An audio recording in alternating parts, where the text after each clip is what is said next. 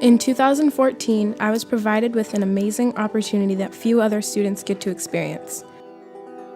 I was awarded the Transforming Youth Through Travel Scholarship to go to Rome and Naples in Italy for 10 days. It was the trip of a lifetime. I was so excited that I won because I'm half Italian, and it was amazing to see where my great-grandfather came from.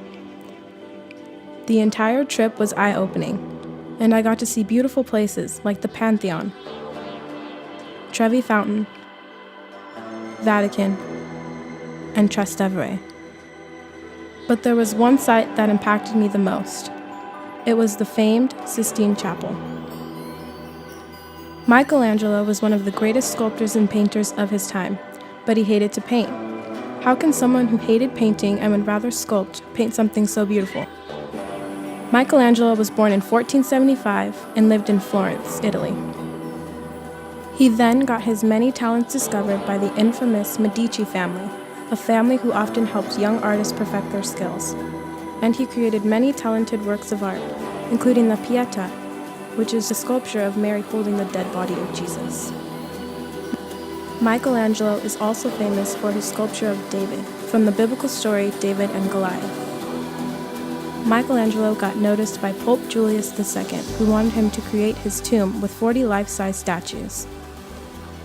Although that project fell through, in 1508, Pope Paul III called Michelangelo to paint the Sistine Chapel ceiling, where popes are inaugurated and elected into papacy.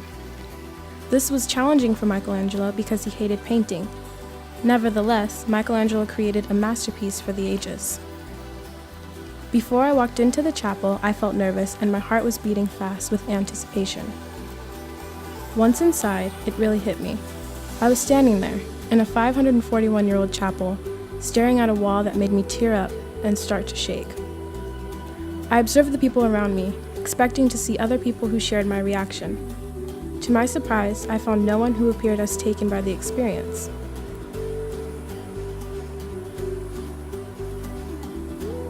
I wondered if they could see what I see. I wondered who else felt Michelangelo's presence in the chapel. As soon as I reached the middle divider, I finally looked at the Last Judgment, and my eyes focused in on the most unnerving picture of someone.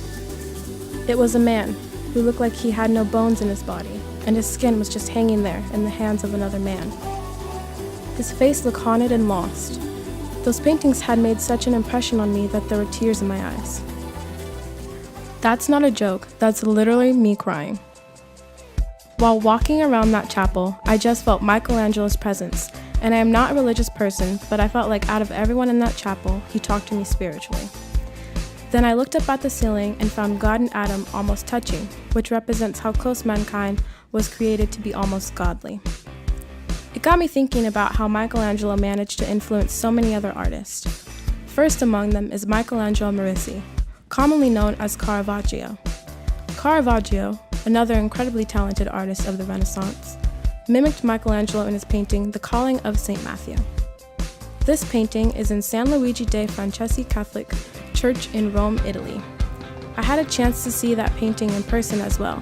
In this masterpiece, Jesus' hand is pointing at a young Matthew to give up his life as a sinful tax collector and join his holy apostles. The way Jesus' hand is pointing is the same as Adam's hand in the ceiling of the Sistine Chapel. Many scholars say this Jesus is the second Adam. I can imagine Caravaggio going inside the Sistine Chapel and looking around like I did and getting inspired by Michelangelo's style. I wonder if he also cried. Overall, this is one of the most amazing things I have ever experienced.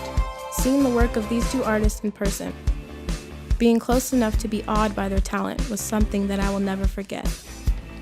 My trip was memorable for many reasons. I ate the best nocciolo gelato and the best cacio e pepe.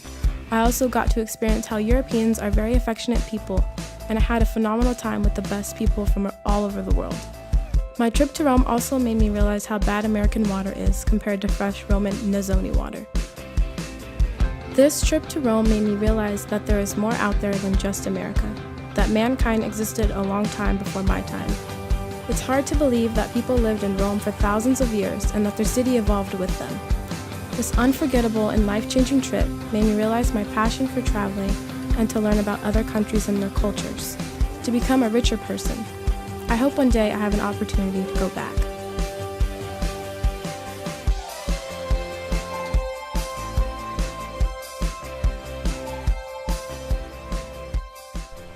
Myriah Catalano traveled to Rome as a part of the 2014 Context Travel SAC High Transforming Youth Through Travel Scholarship, which each year selects a high-performing student from Sacramento High School for a 10-day immersion in Roman life and culture.